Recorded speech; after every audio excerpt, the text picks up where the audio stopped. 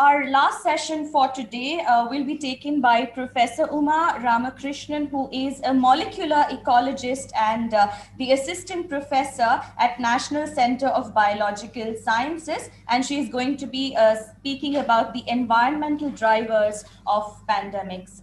Over to you, Professor Uma Ramakrishnan.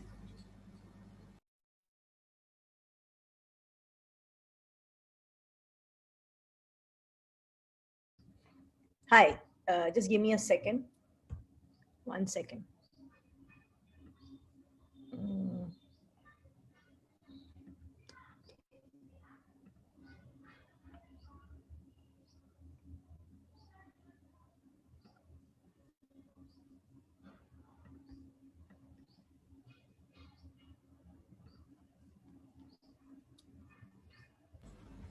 Right. We just would like Okay, can I to start? yeah. Go ahead. Thank you so much for being here. We look forward to your session with us. Great. Hi, everyone. My name is Uma, and I'm really happy to be here. Um, I don't know about you guys, but I'm quite sick of this pandemic and sitting at a desk and talking to people on Zoom. But I guess that's the only way we can interact right now. So hopefully, this is all we have, and hopefully, um, we will meet in person soon. So I'm going to go ahead and share my screen. And I'm just going to come back. I'm going to shut the door.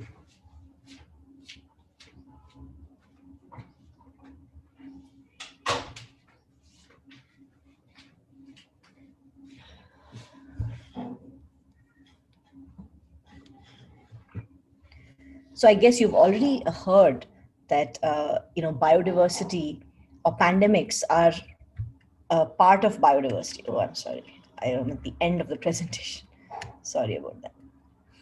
So I think that we're all so focused on a specific virus right now, which is SARS-CoV-2.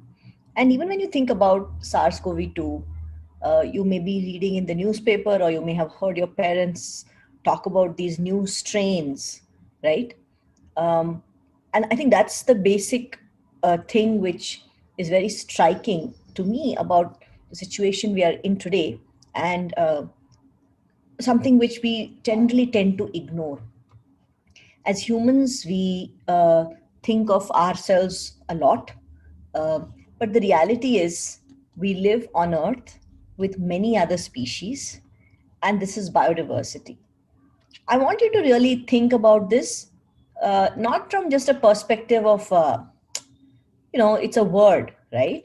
But basically, I think it's really important to internalize this and to cherish and celebrate that, we live on this earth with many, many other species, okay?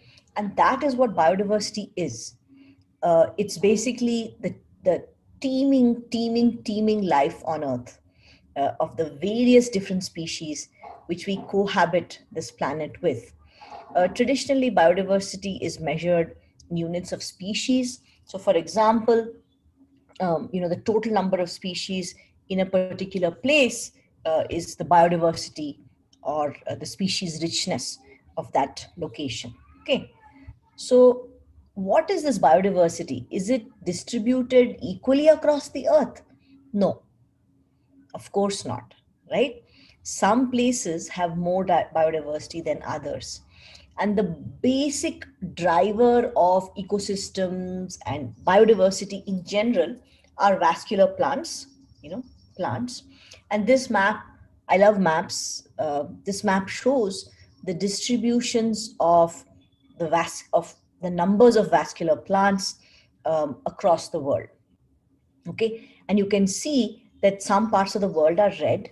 They have many, many species of vascular plants. Red, pink, or purple would be good colors to focus your eyes on, whereas other parts of the world are cooler. They're green, light green, or yellow, and they don't have that many species of plants, for example. What about vertebrates? Plants, whatever. But what about vertebrates, which are like, you know, not invertebrates, animals with a backbone, right? So you can see here, when you look at the distributions of biodiversity, again, there are patterns which emerge. Some places have more diversity than others. You can see, for example, in the context of South America, the Amazon mountains stand out as places of high diversity. The same is true, for example, in Africa. Can you see that little, like a bracket? That is the Eastern Arc Mountains, again, places with high biodiversity. If we come to Asia, I'm sure you can see that again, mountain ranges, in this case, the Himalayas and the Western Ghats, are areas with high biodiversity. And, very interestingly, Southeast Asia has very high biodiversity, and more than India. Okay. A lot of people, we keep talking about how biodiverse India is. Yes, it is. But Southeast Asia is actually much more biodiverse, has a lot more species. And so you can basically see, though, that biodiversity is constant, is not equally distributed across the world. Some places have more biodiversity than others. And I hope you can also see another thing. If you remember your basic geography, biodiversity is concentrated around the equator, okay, or the tropics. And as you get further away from the tropics, you tend to have fewer species or lower biodiversity. So also biodiversity matters. Biodiversity provides what are called ecosystem services. We get food, raw materials, pollination, culture, so many things, so many services. I'm not going to go into this, but there's been a lot of discussion recently, and many of you must be aware, the Sustainable Development Goals. And as young people, this is something you are going to have to really deal with. So a lot of times when we talk about biodiversity loss, we talk about income generation, we seem to suggest that the only way for people to have jobs is to maybe grow rubber or do things which are not sustainable from a biodiversity perspective.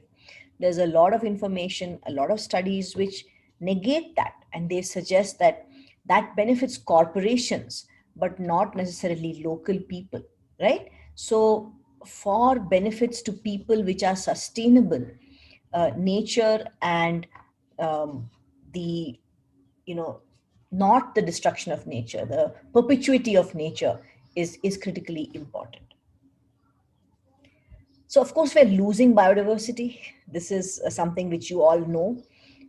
And this takes various forms like species extinction, habitat loss, hunting, invasive species, climate change. And what always hits me is, I started my PhD in 1997. I was born in 1972. And since 1972, the world, well, not 1972, in the 1970s, the world has seen biodiversity decline, significant decline. So I always feel personally very upset about this, very sad about this. And this is despite a large amount of effort or discussion about biodiversity and its value and its benefits in governments, right? But this is true. I think that you might hear or you might read in the newspaper, oh, this is not established. No, it is established with hard scientific data that we are losing biodiversity, we're losing habitat, we're losing species, and there are many changes in the environment, that's climate change, or in biotic systems like invasive species, which are continuing to precipitate biodiversity loss. And just to give you an example, this is a picture of India with a forest cover or green cover over time between 1700 and 2000. And you can see that the amount of green cover has been substantially lost from India. And, I have done work on this earlier and spoken about this also at an earlier Parikrama School, where I have been working on things like effects of fragmentation of habitat on tigers and isolated populations. But it may seem like, what is this? You must be thinking, like, what is this? She's going on and on about biodiversity. What is this got to do with uh, emerging infectious disease or the pandemics that we see ourselves in today? So basically, I think you already heard this probably from several speakers before. Emerging infectious diseases are either they are re-emerging diseases which keep spilling over, zoonoses from other animals to humans, or they are new viruses or bacteria or protists or fungi or nematodes, anything which could cause, affect human health, which is coming either from wildlife, either from wildlife to livestock to humans, or from wildlife directly to humans, and so on. There are many examples of several of these. Like, we'll talk a little bit more about it, but viruses like Ebola, Hendra, and Nipah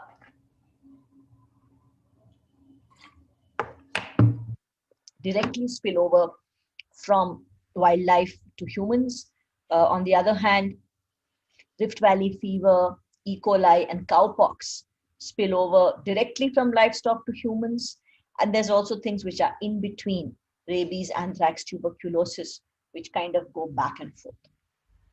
Okay, so basically, an EID is an emerging infectious disease, something which spills over, right? But what we are seeing today is a pandemic. And I don't know whether you remember, but initially in early 2020, there was discussion. What is this? Is it a pandemic or not? And WHO then said, this we declare is a pandemic. SARS-CoV-2 is a pandemic. A pandemic is something which geographically affects the whole world. Okay, so Ebola, for example, was not a pandemic, right? So what makes an emerging infectious disease a pandemic? This is actually nothing to do with, well, it's not so much to do with the virus or the bacteria. It's basically increased human travel, increased transport of animals because of illegal wildlife trade, right? And things like climate change. These ongoing effects, which are kind of subsidiary to the virus itself or the bacteria itself, allow for a spillover event, like, say, would have happened with SARS-CoV-2, for it to become a pandemic, for it to spread across the world. So, as we already discussed, these emerging infectious diseases are caused by bacteria, viruses, fungi, protists, etc. And sorry, excuse me. It turns out that 70% of infectious diseases, not just emerging infectious diseases, 70% are zoonotic in origin. That means that they are not, it's not like they're evolving in humans and then going from one human to the other. It's not like the bacteria and the viruses which are commensal with us or live with us are changing and becoming pathogenic. It's most likely something which is coming from some other species. Okay. And what's even more interesting is in the reservoir, or the place where that bacteria spills over from, or the virus spills over from, they seem to be asymptomatic. They don't have much of an effect. Okay. Examples again are Ebola, Nipah, Hendra, Lyme disease, Hunter virus, which we get from rodents. Lyme disease, plague, and Hunter virus are from rodents. And Ebola, Nipah, and Hendra are from bats. And we'll talk about bats and rodents in a little bit. I work on bats and rodents. That's my entry into this from the interface of biodiversity. So, of course, there are many examples of emerging infectious disease. Maybe you have seen that diseases have emerged all over the world, different kinds of diseases like influenza, etc., etc. Okay. And a very nice example is Hendra virus, which, for example, Australian fruit bats carry Hendra virus. when their habitats get degraded, they tend to have colonies or live in more suburban areas. And at this time, they shed the virus. Sometimes they shed the virus, and it so happened that this virus was shed, and a horse grazing under a tree basically consumed this virus. Somehow it got into the horse, and then the horse then infected humans, right? So this is a classic example of how this whole pathway may be. We've also put together some data to look at emerging infectious diseases in India. And again, overall, you might see that in India, where biodiversity is high, maybe we don't know this yet, but you might see, for example, in the Western Ghats, there's a lot of emerging infectious diseases or zoonoses, also to some extent in the Northeast. And we'll get to this in a bit. So, what is the connection between biodiversity, pandemics, and emerging infectious diseases? The connection is you have a high chance of spillover when you have high mammal biodiversity. When you have lots of mammals, you have high human population density and high land use change or fragmentation. So, studies where scientists put together all the times when there has been spillover and looked at what are the conditions which are common to situations where there's a lot of spillover, showed this to be the case.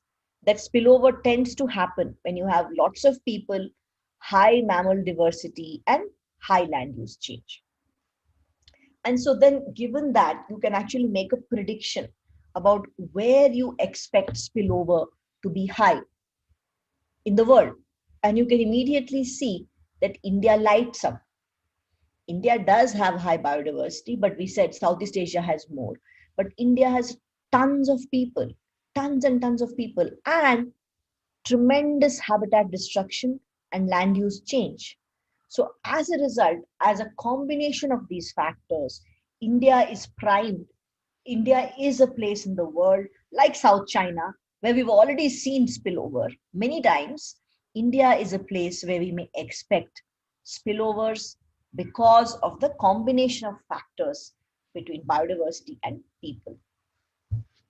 So, in general, if you look at Asia, then where are mammals? Where are there more mammals? So, of course, you can see the northeast of India has a high diversity of mammals. The colors here, the brighter colors are higher numbers or species richness, and the Western Ghats then has fewer numbers, but still overall more mammals. Okay. And this is just to show it to you in a more detailed way. You can see that Northeast definitely has more species, than basically large parts of central India. So I have done some work with my student pilot and some collaborators on a bat harvest in Nagaland. And this is in a very small village called Mimi. You can see where this is. Mimi is on the border. This is the state of Nagaland. Mimi is on the border with Myanmar. And you can see Mimi here with an aerial view. It's basically very, very mountainous. And here there's a cave where local people every year they get together, the Bomar, they smoke the cave, and animals as they come out are dying. And so basically they then uh, eat these animals and distribute them as cultural gifts. So you can see on the ground here, all these black things, those are dead bats. Okay. So now today, so by the way, I should say, we have been working in Mimi with with these people. We have a full, we have a very good relationship with the people. Whatever research we're doing is with their permission and consent. And we also have this kind of work requires a lot of other kinds of permission. We have all the necessary permissions from our institution, from the whatever government of India, etc., etc. Okay. So whatever we found from studying these bats and the bat harvest in Northeast has shown us some very interesting things. See, I told you that where do you expect spillover? In areas of high biodiversity, high land use change, and high human population density. This is not the case in Mimi. There is not high human population density, but this bat harvest is a very high intensity contact event, right? Strong contact between people and wildlife. Okay. But as far as we know, there is no known outbreak. Okay. So now this becomes a very interesting place to study spillovers or outbreaks, right? Because usually what do? We study it after the fact.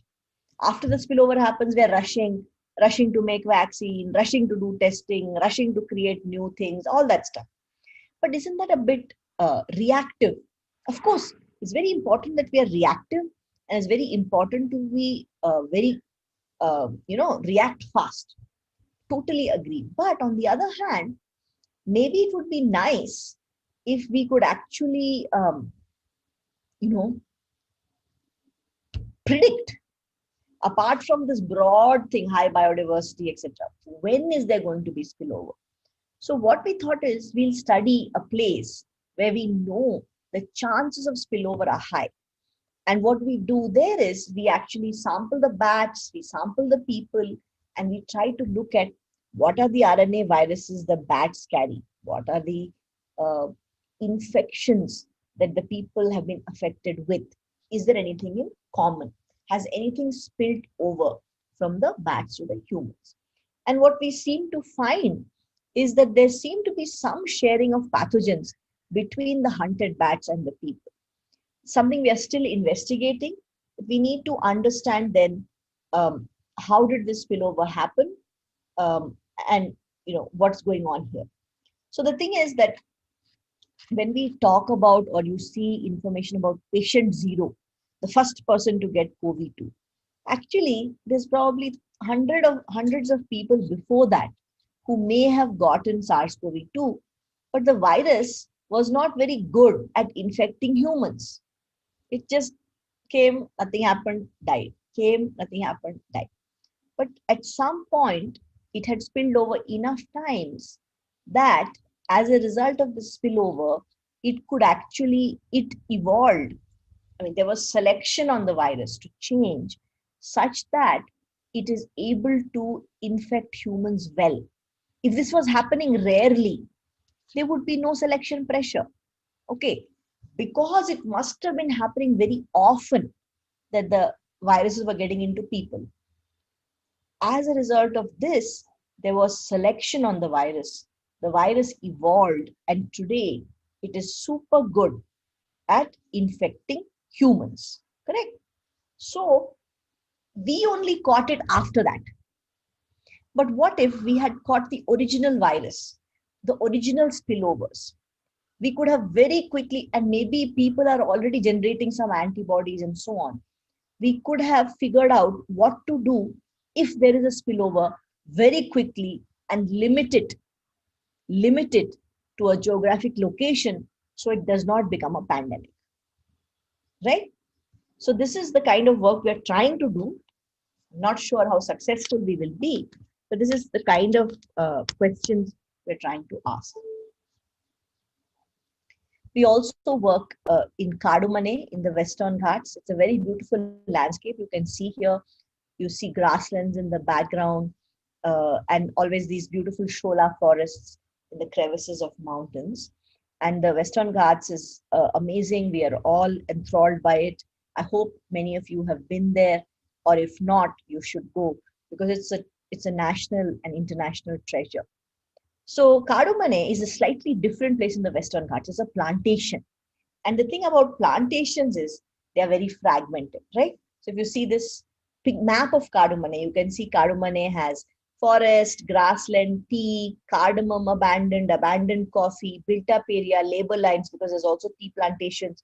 And there are people who are picking this tea, and then all kinds of stuff. So this is like a nice patchy, fragment, jigsaw puzzle of a place. And our earlier studies, not our studies, but studies of others, again suggest that this is a place again where we may be able to find spillover.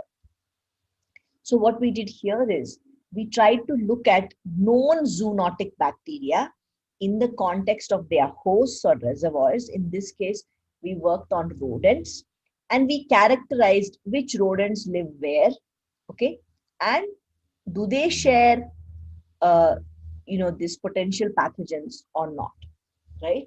What we found was super interesting, and this is something we've just published, it's just come out, that 50% or more of the rodents we caught harbored a potentially pathogenic bacteria called Bartonella. Now, Bartonella is not very, it's not like you immediately die or something, not at all. It causes some itches and rashes and scratches. So it has what's called morbidity. It affects you, but not like it's not going to kill you or any such thing, right? And it might even be something which people may not even go to doctor for. They might just think, oh, I don't know what's wrong, I have a rash, just ignore it. You don't think necessarily that rashes are caused by bacterial infection. No, you don't think about that immediately. But the thing is, since it's got such a high prevalence, 50% or more of the rodents have this, it gives a very nice opportunity for us to study spillover again from rodents potentially to humans in these fragmented landscapes in the Western Ghats. And we are hoping to work with a clinician, a doctor from CMC Vellore, who basically works on rickettsial and Bartonella based infections. Rickettsia is another bacteria in humans, and try to see, can we narrow out, if he's looking at a specific hospital, can we narrow out what are the reservoirs, the rodents and all around, what is the Bartonella or the rickettsia they are carrying, and is it just a matter of chance, the most frequent one is X, and X is what the people are getting, or the rats and mice have X, Y, and Z, and the people seem to be only getting Y. Okay.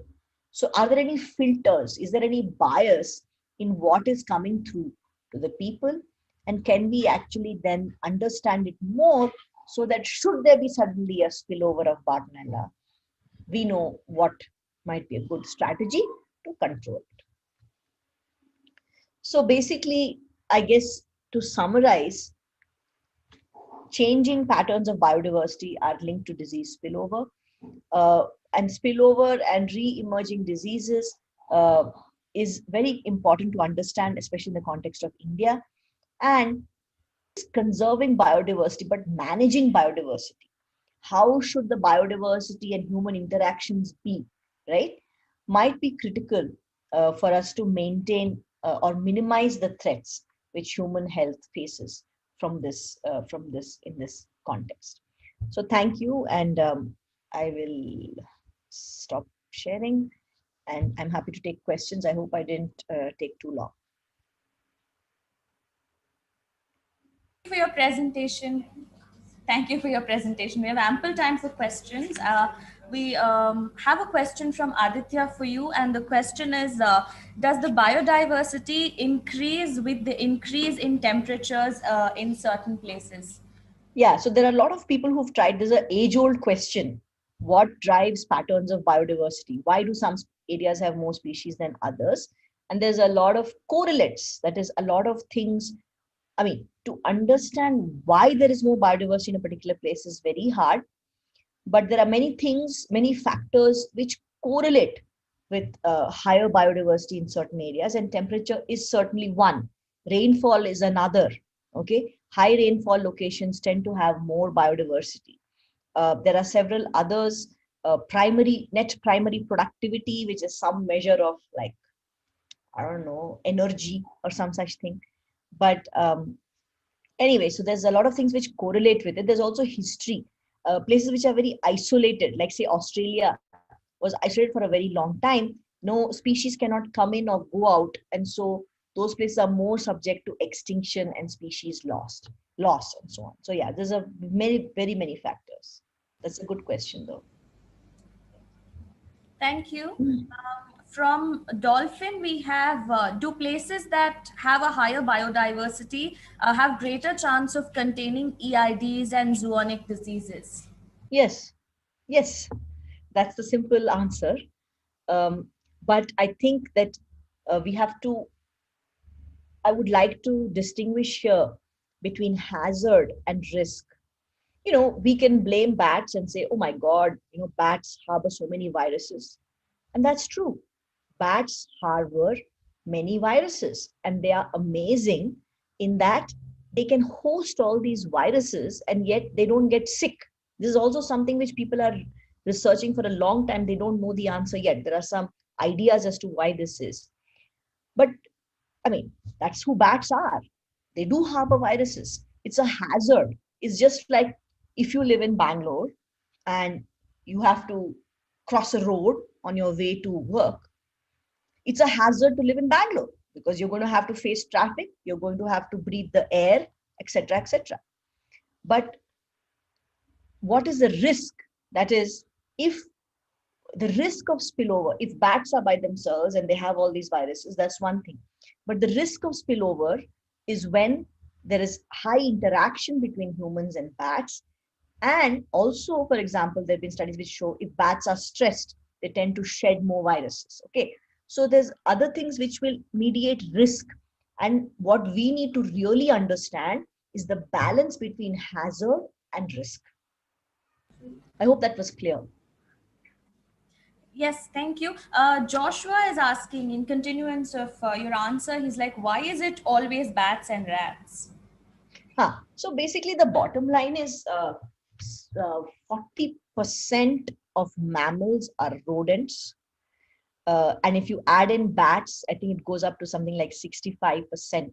So most mammals are rodents and bats. So the more number of species, I mean, there's very few carnivores, right? The number of species of carnivores as a proportion of number of mammals is low.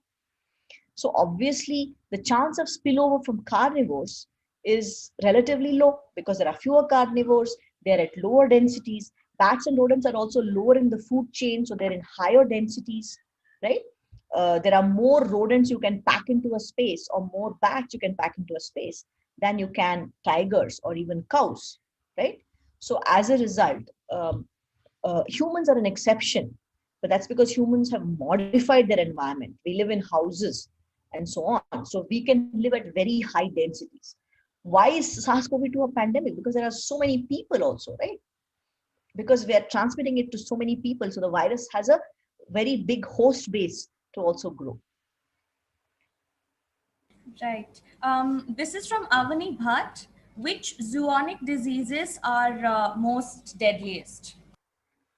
Yeah, so the thing is, there's two factors. One is uh, the chance of mortality, and the other one is transmissibility. So, for example, I'm sure you've noticed with SARS-CoV-2, the mortality is low, but the transmissibility is very high.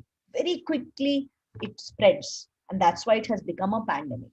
You consider a disease like Ebola, the mortality is very high, or even Nipah, but the transmissibility is low because it's transmitted by body fluids, okay, not by these aerosol type stuff which you see with COVID-2.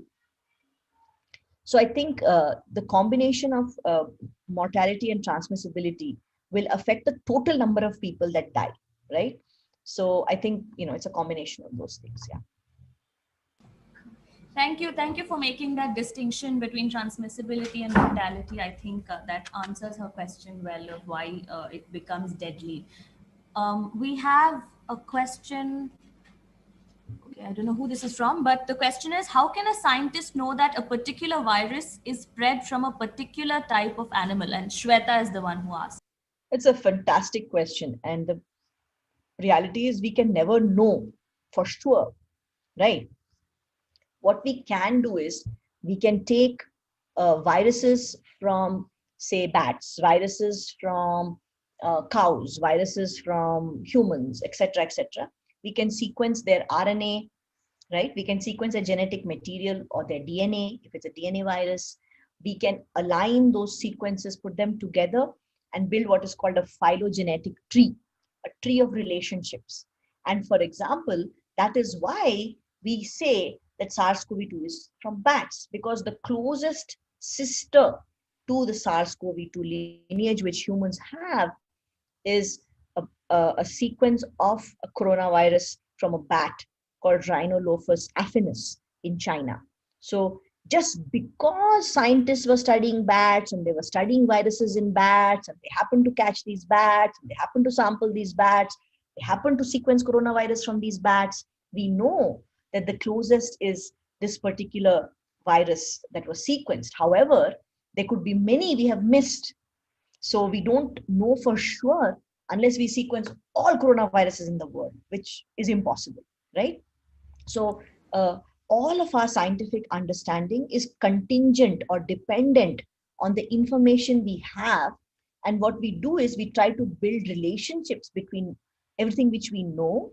And if there are gaps, we may make mistakes, but to the best of our knowledge, we can reconstruct uh, what where this has say come from because of what we already know in terms of these sequences. I hope that's clear. Yeah. Just to summarize that answer, what you're saying is scientists, whenever they say that this virus is from here, what they're saying is it's most likely from here, not that it's 100% from here, right? Yes. Yes, nothing in science is 100%. I think that's something which sometimes is a, science is always changing. I always have this discussion even with my family members. They're like, what is this? Today sugar is bad, tomorrow it's good. I mean, how can these things change? It's because the total set of knowledge is changing, no? And what we know changes. And so then how we interpret what we find in the context of what we know might also change. So tomorrow we may find another bat. Like in fact, there was a recent study which found it doesn't change what was suggested earlier. But there were a lot of suggestions that pangolins are involved in the middle and all that. But now there doesn't seem to be that strong evidence for that. And also there was a rhinolophus from Thailand, which has a very uh, similar lineage of coronavirus. So that's also nice because then that suggests that it's not just any bat in China, South China, but rhinolophus. So, for example, obviously, my human viruses are all more similar to each other than our primate viruses, right? Because that basically it's infecting all rhinolophus. The coronavirus has infected all rhinolophus, and if I take just some random other bat, the coronavirus of that bat is different from the coronavirus of rhinolophus. So the fact that the sequence retrieved of a coronavirus from Thailand is also similar from COVID to COVID-2 and was also retrieved from rhinolophus, again is a stronger support that, that is the ancestral lineage, ancestral virus from which this one has evolved. Yeah. Thank you, Professor. This is a very interesting question. It is from someone who belongs to Group 8, and they are asking how can we create a win-win-win situation between nature, health, and the economy while preventing deforestation? uh, well, that's the challenge of your times, maybe. I think that, at least my generation has really um, been responsible for a lot of, not directly, but like through our lifestyles and stuff, loss of biodiversity or the engine of economic growth, which has been prevalent in our generation in my time, has resulted in that. So I personally think that it's going to be a lot of management, right? We can't just say, oh, let the forest be. It's not like that. It's not going to work that way. There are always competing interests for land. And so it will have to be a lot of, okay, if we have, for example, take the example of Kadumane. So if we have a certain proportion of forest, grassland, and plantations, do we minimize spillover, right? And if we can find out what that is, then we can think of minimizing spillover, right? So I think it will have to be a lot of compromises as well as management. So thinking of how does this affect that, and not just that, but something else also, right? So I'm not being very clear. Let me just try once more to say it clearly. These are situations where there are many drivers, whether it's climate change, habitat loss, biodiversity loss, which affect different outcomes, which is human health, human livelihood, so many things which affect humans. And so, an integrative approach, which looks at all of these different factors, might have to be taken, and this will require people to work together. So from a sociological perspective, that is something which will have to change, because generally we are much more competitive. I want to say, oh, my view is right and not yours or whatever. But I think that in your generation, it will be about problem solving and interdisciplinary and integrative solutions. That's my gyan. It's just, I don't know whether that's how it's going to be, but that's what I feel. Yeah, thank you, Professor. We're going to encourage that they discuss more on that question and whatever you've said in their group sessions. Vishwas is asking you that if we find out the origin of the first virus, so if we find out the mother of all viruses, can we create a common vaccine for all viruses? No, impossible. Whatever you do, you cannot beat viruses. They evolve so fast. Okay, you because also vaccines are quite specific, na? So you can't create a vaccine which works for everything. So and basically, already we're discussing, oh my goodness, does the current vaccine, will it address the mutants of COVID-2 and so on and so forth. So I think that I'm not sounding pessimistic or alarmist, but I think spillovers will become like a daily, not a daily thing, but a thing which happens often. And we beat bacteria with antibiotics, but viruses are here with a bang. And we need to really, of course, we need to have all these biomedical solutions, new viruses, quick viruses, vaccines, quick vaccines, etc. But root of the problem is this balance between nature and people and things like that. And we need to probably address it that way as well. Thank you. Again, from Group 8, we have someone asking if we can, if can regularizing lockdowns globally help nature recover faster than any other conservation's effects? No, I mean, I think that lockdowns are easy for some of us because we can manage to work remotely, but lockdowns have tremendous impacts on livelihoods of many other people. So it's not an option which is socially possible for the future.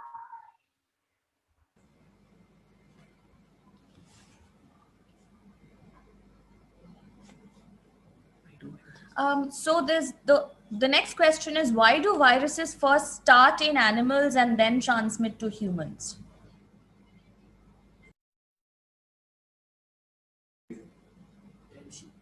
I'm sorry, if you could not hear me, then why do viruses? Oh, sorry, I was muted. So there are viruses everywhere. So they are just mutating and changing. It's not like they're trying to colonize humans. It's just that there are a lot of humans. It's a good host. If you were a virus, would you infect a gorilla or would you infect humans? So many humans are there. Humans can spread it also. Right. Thank you for that. Thank you for your session. It sounded a bit inappropriate, but there's lots of people on this earth, right? That's something we need to remember. Yeah. Right. I think it's very nice to kind of play the part of a virus to figure out where I would want to spread if I was, in fact, a virus. That's an exercise that kids are going to enjoy doing. So thank you so much for being here, for taking this session. We really, really enjoyed everything that you had to share with us. Thank you so much. Bye.